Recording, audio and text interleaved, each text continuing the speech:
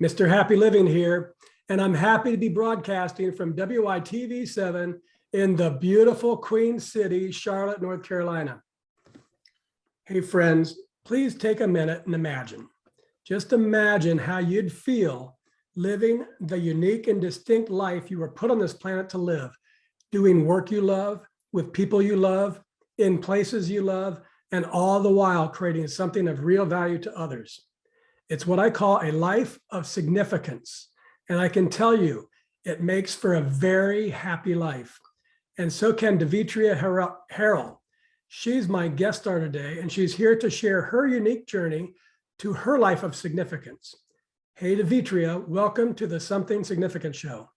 Thank you, Matt. Thank you for having me. It's my pleasure. Just take a minute and tell us what you're doing these days to make your mark of significance on the world. Okay. Well, I left the world of sales and I am running a nonprofit called Fundamentally Sound and Skilled in Life, Memphis. And our whole objective is to intentionally empower, educate, and equip inner city, middle and high school female student athletes to become college-educated, purpose-driven citizens through coaching, mentoring, and training and excellence. And being able to really impact the next generation is something that I love, empowering, educating, equipping, but especially the next generation. People I love, God's inheritance, his children. And in the place I love, I'm back home in Memphis after being gone for 25 years. And a lot of my friends are like, you're leaving a six-figure job to go back to Memphis and do a nonprofit where you have to raise your own salary. And I just love what I'm doing. And creating something of value, a foundation to build from, and you know how in the Bible, when Paul ministered to the guard, he said, you and your household should be saved. And so being able to minister to the young ladies, they go back home and impact their families. And so we try to do generational ministry. I love it. And I also noticed, so you mentioned sales, and that was in insurance, I think, right? Yes. Yep. And then what's going on with your background in art in the Art Institute? Art Institute, I was National Director of Business Development. They brought me in to create their adult recruitment division. They traditionally had only recruited high school students, and I was a regional director of business development for another proprietary school. So they brought me in, and they own Art Institute, South University, and one other school. And so I created the adult recruitment division.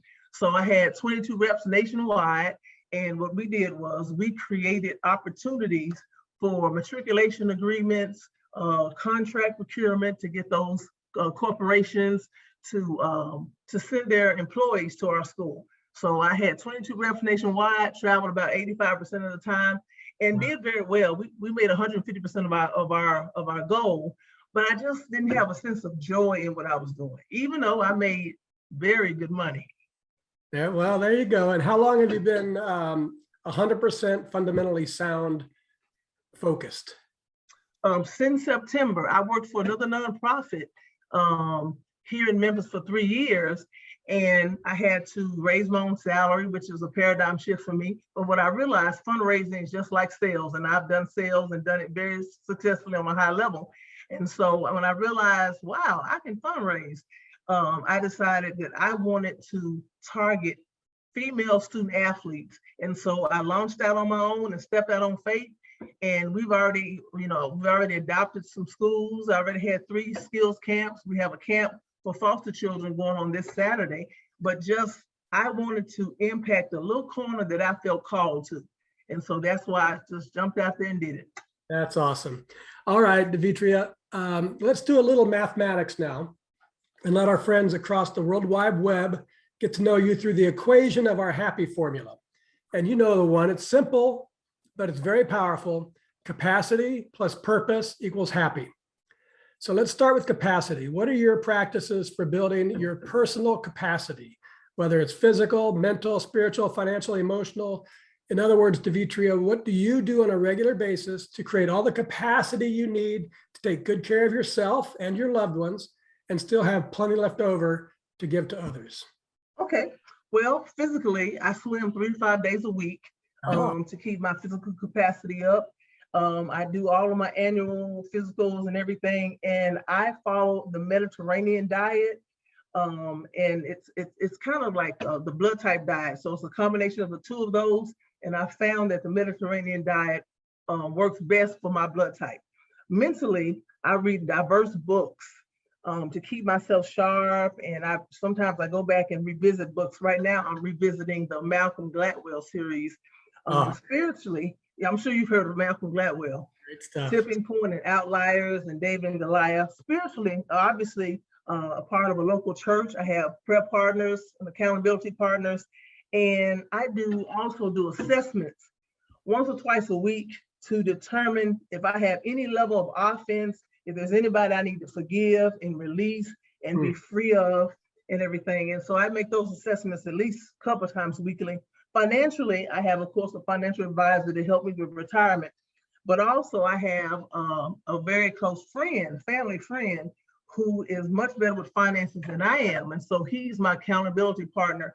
And he's helping me create a budget so that I can be debt free by a certain date. And then emotionally, I still go lay on that couch about every other month, and and still do my psychotherapy and everything to make sure I'm balanced. That's great. And just give us 30 seconds on how the feeling when you're tending to all those areas of your health and wellness, including finance, the feeling of calm that it gives you, because it doesn't make everything right, but it's this movement towards everything being better and right.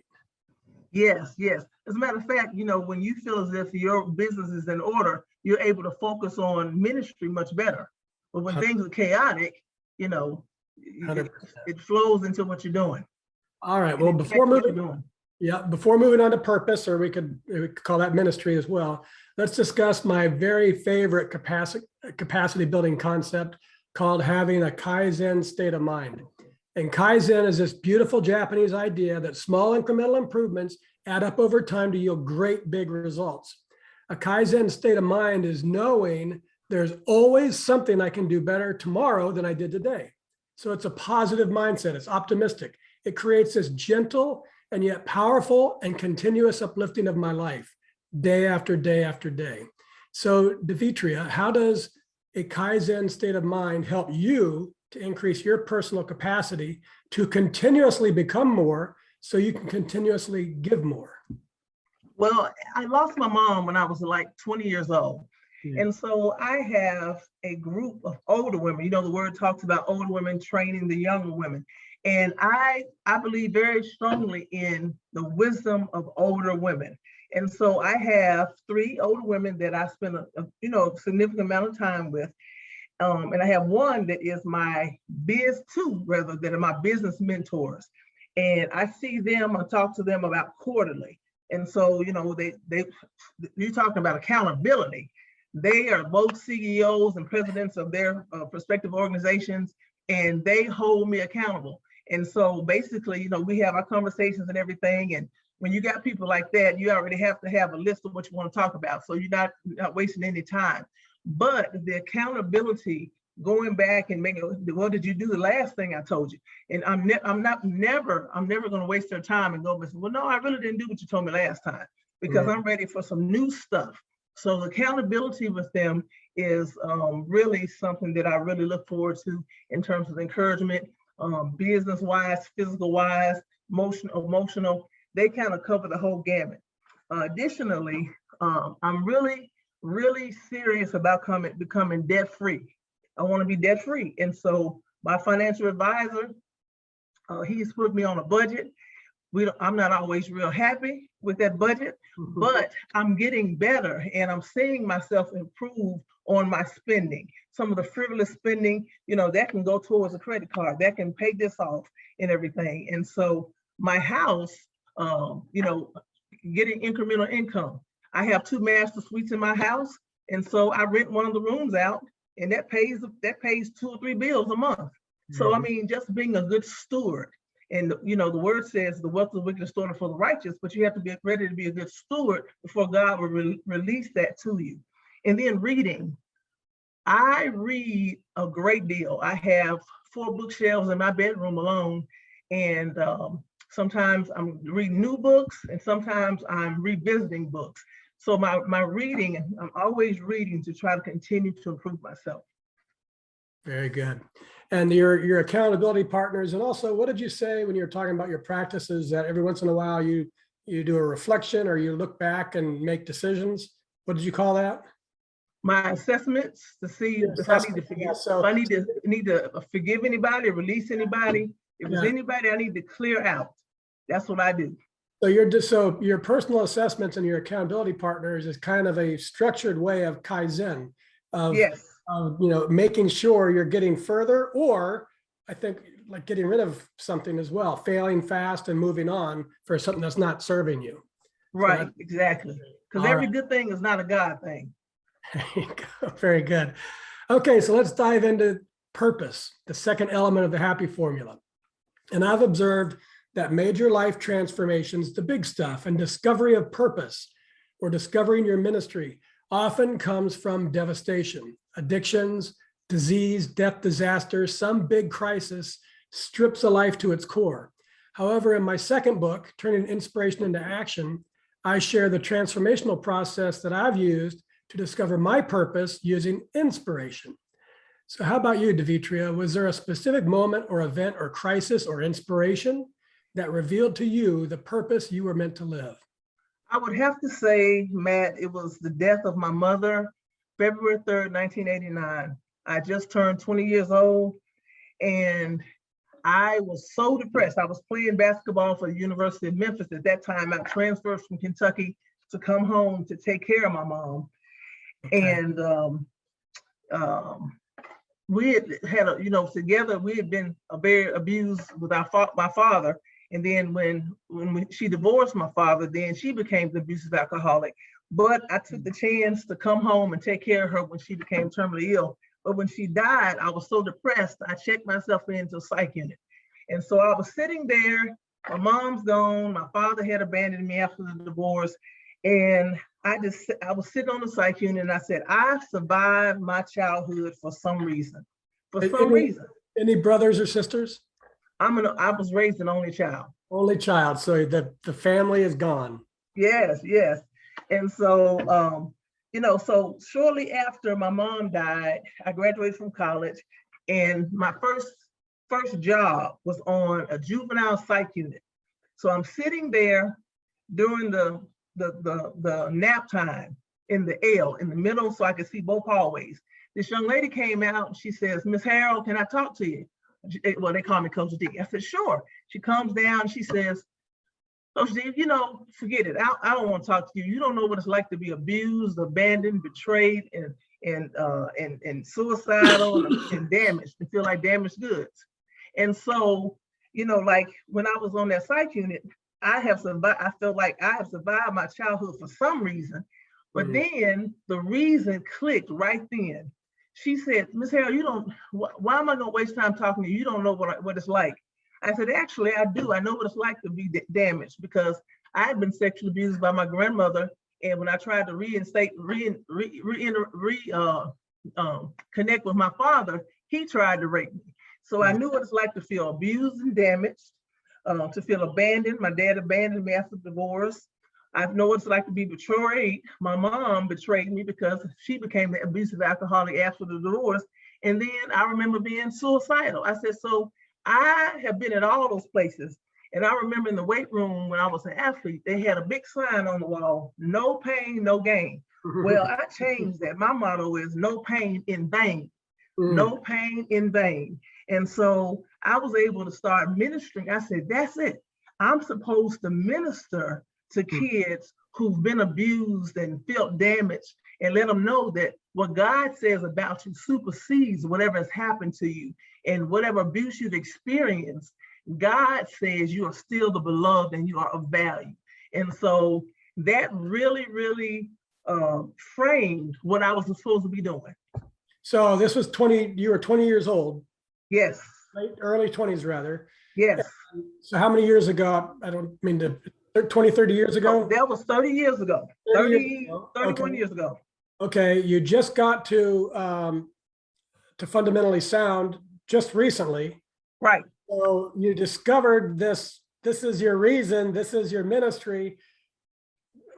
How do you talk about the pathway taking 30 years and how did it continue to fuel you through getting healthy, becoming a salesperson, doing business work, and finally getting into coaching? And so explain that just a little bit, because one of the things I think is really important is it's one thing when you discover what you want to do, you got to hold on to it with everything you got.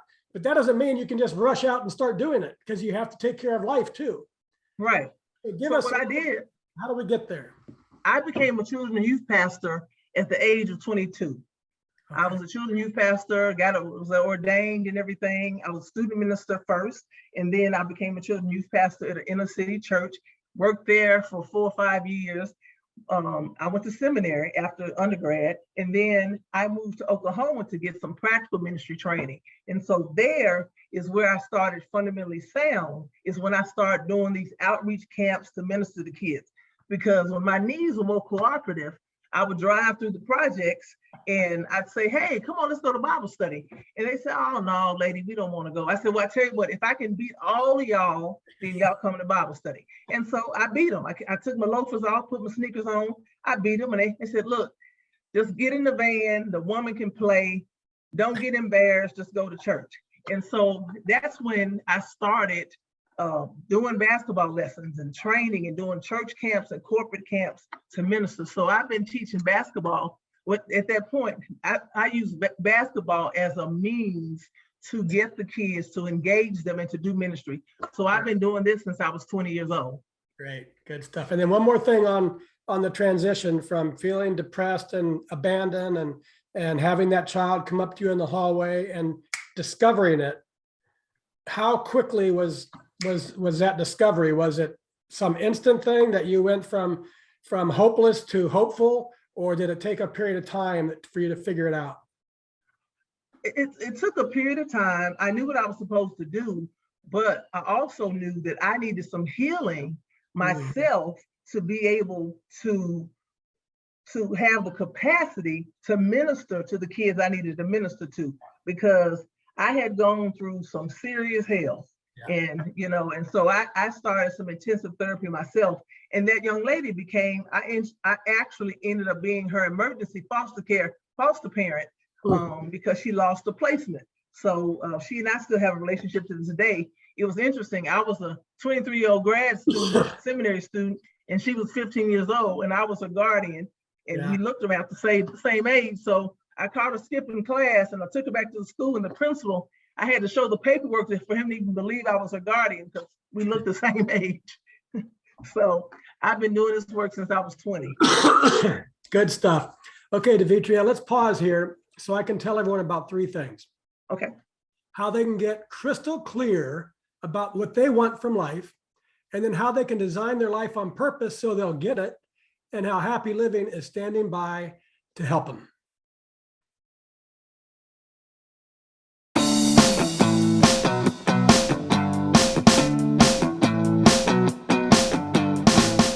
Mr. Happy Living here.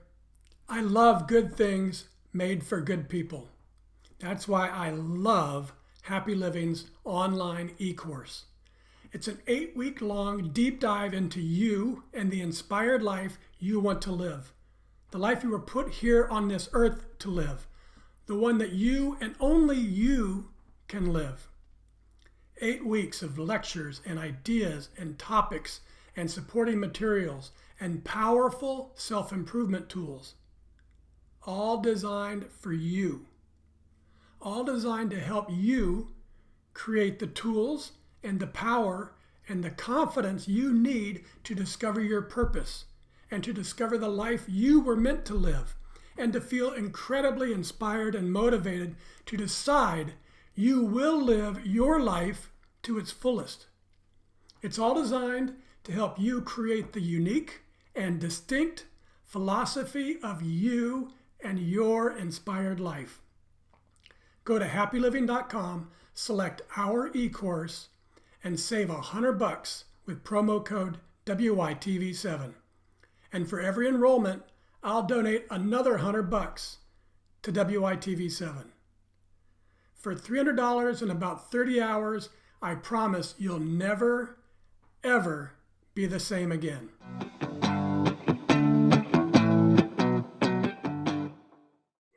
And we're back. And this is the Something Significant show. And I'm your host, Matt Gersper. And my special guest star today is Davitra Harrell. I'm going to get it right before the end of the show. Also known as Coach D. So Davitra, I love this article called The Science Behind the Power of Giving. I found it on lifescience.com, and it says the act of giving itself can be a gateway to discovering your reason for being on the planet. It says there's compelling scientific data to support the notion that giving one's time and talents and treasures is a powerful pathway to discovering purpose, transcending difficulties, and finding fulfillment and meaning in life. So I've updated the formula. Capacity plus purpose plus giving equals really happy.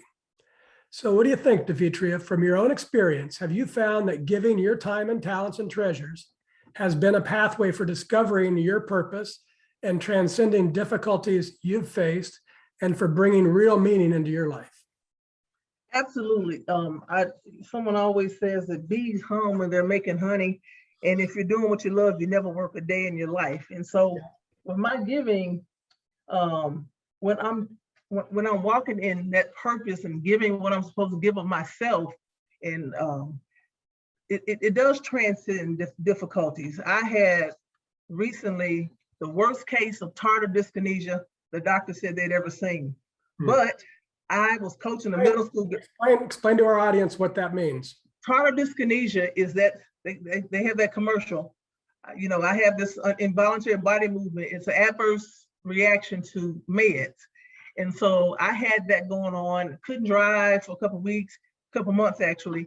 And I was coaching a middle school girls team, and the girls were like, "Coach, do you have Tourette syndrome?" You know, no, I don't have Tourette syndrome. So I had to kind of explain to them what it was and all that kind of stuff. But giving back to them and watching them succeed and watching them improve in their game and improve as young ladies, and praying with them, I was able to overcome the difficulty, because at first they thought I had Parkinson's or MS. And so that was really, really scary. But continuing to minister gave me the energy to continue to go on. Yeah. But in terms of like with difficulties, what I do is I've been through some difficult things in this 53 years of life. And I do what I call memorial stones of what God has done, God's past exploits. He brought me through the tardive dyskinesia, through the depression, through the suicide ideations, through the household abuse. And so God is faithful. And I just remind myself, I do my 12 stones. What has God done? And so like right now, I just got a cancer diagnosis, and my family, you know, that I shared it with and whatever, they took it worse than I did. And my thing is, I have way too much to do to die now. So I'm gonna, you know, of course, go to the oncologist and get my course of treatment or whatever. But with the sense of purpose that I have, I can still skip on through and keep on doing it, you know, keep on doing what I gotta do. And as an organization, we tithe. This organization, we tithe. So we give of what we bring in. So I believe in giving regardless, and giving can transcend difficulties, because you're living in purpose. You're right there, self-actualized. Yep, and that's the science. It actually creates its own power. And I agree with it 100%. I love the wonderful feeling that comes from what's our fourth element of significance, doing work that creates value to others, giving. And I know from experience that the magic of life comes not from getting more, but it's from giving more. But there's more to it than that. It's not just the giving that's magical, I think, Davitra. What I've been exploring and experiencing too, is it's when you're giving specifically from living in your purpose. That's where the real magic is. So tell us, Davitra, how does it make you feel when you're giving to others through the coaching and training and mentoring that you were designed for, that you were put on this planet to do, and one of your athletes says, "Thank you, Coach D, for seeing me."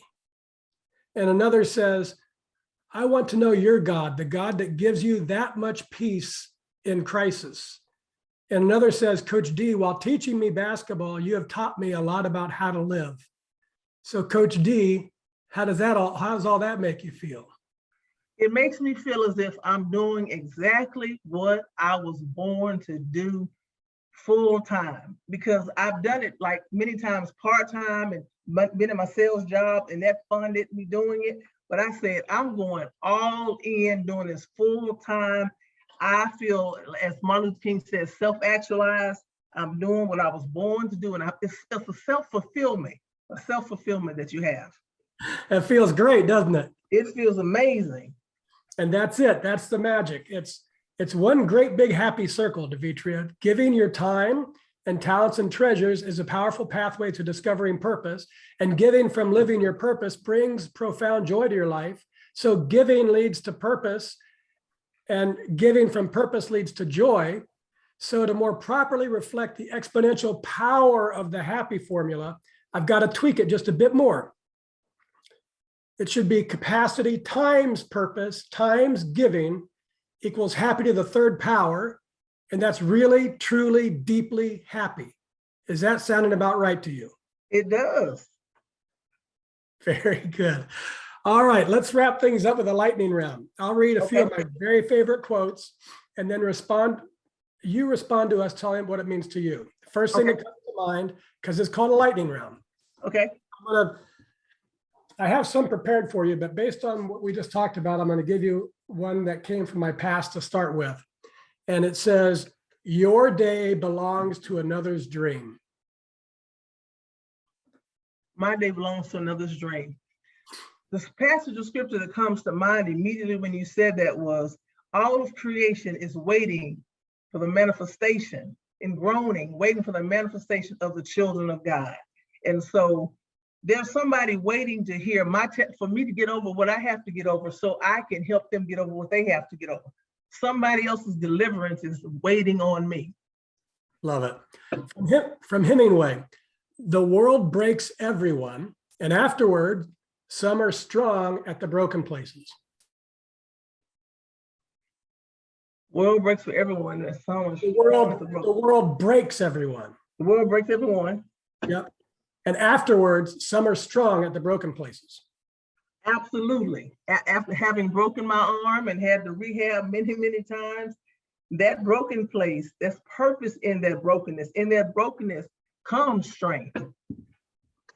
Because we're all broken, but in that broken place comes strength. Yeah, very good. From John Wooden, sports don't build character, they reveal it. Absolutely. Absolutely. You either are a hard worker when you get to the court or you're lazy. It's one or the other. You can't, I learned as a coach and as a player, you can't build character and hard work. You either got it when you come in there or you don't. Good stuff. From Lao Tzu, being deeply loved by someone gives you strength, while loving someone deeply gives you courage. Ooh. Loving someone deeply gives you courage, because loving someone deeply is a risk. And so it takes courage to be able to give yourself, and loving someone like deeply takes a great deal of courage, because it's giving yourself and being vulnerable, and that's risky. Oh, very good. From Leonardo da Vinci, while I thought I was learning how to live, I have been learning how to die. Well, every day we're living, it's like Miles Monroe says, to know the purpose of a thing, you are less likely to abuse it. But as we're giving, we're actually getting closer and closer to our second date on that tombstone. And so as we give, we're giving out. I want to give the last thing I'm supposed to give before I go. And I'm always working to replace myself. So you're a big reader, you said, and what you just reminded me of, there's a great book I'll recommend to you and the entire audience. I already have before. It's called Die Broke. And you'll love it for that attitude that you just talked about, giving of yourself until the very end, but also it's really great on retirement and financial planning. And I highly recommend it. Die Broke. Okay, this is the show anchor quotes from Goff. Whatever you can do or dream you can do, begin it. Boldness has genius, power, and magic in it. Begin it now. Say it again, Matt. Whatever you can do or dream you can do, begin it. Boldness has genius, power, and magic in it. Begin it now. Hey, no time better than the present. It's time to do whatever it is you're called to do. Let's get it going. I think that's what Coach D looks like. Hey, you scared me just a second there. Okay, now folks, that was a great answer. Now folks, it's your turn to be a giver too. If you can hear my voice and were inspired by today's show with Davitra Harrell, please share some love with our magnificent broadcast team by giving what you can to WITV7. They're a 501c3 charity on a mission to educate, empower, and encourage. They do good works with your kindness. Davitra, I love your mission to empower, educate, and equip female student athletes to become college-educated, purpose-driven citizens through your coaching, training, and mentoring. And I admire your devotion to intentionally helping young women overcome disadvantaged environments mired by crime and teen pregnancy and school dropouts and youth hopelessness. And I'm super happy that you've shared your ministry of hope on our show today. Please take a minute or two and share any parting remarks you'd like to share with our audience. Thank you, Matt. I would encourage anyone to go look at our website, fsslmemphis.org. Our goal is to be a national organization and to expand our organization. So please check our website out and pray for us, pray for our vision and everything. And if you want to sow, we'll be more than happy. Wonderful. I also want to thank WITV7 for hosting and promoting our show so we can keep interviewing inspiring guests like Davitra and reaching folks just like you, ready to create your own extraordinary lives. A special thank you to our sponsors, The Philosophy of You and Your Inspired Life and Happy Living. If you're ready to create and live your inspired life, folks, the one you and only you were meant to live, we're ready to help. Just go to happyliving.com, select eCourse, and let's get started today. And most especially, thank you, viewers and listeners. You'll find links to websites and social media and all things Davitra Harrell. Find her, friend her, learn all about her organization called Fundamentally Sound in Skill and Life. It's all available at fsslmemphis.org. That's F for fundamentally, S for sound, S for skill, L for life, Memphis as in Tennessee.org. One more time, fsslmemphis.org. From me to you, dear friends, I love you and I want you to be really, truly, deeply happy too. And to help you, just go to happyliving.com right now and take our happy quiz. Because when you measure your happy, you'll focus your attention on it. And focusing attention on it inspires change and learning and improvement to flow right into your life. And once you take the quiz, and it only takes a minute, then I hope you'll give some thought about what we can do together, you and me. Give some thought to what we can do together this year to improve the happy of your world, one person at a time. Till next time, I'm Matt Gersper. You are awesome. And this is the Something Significant Show. We're out.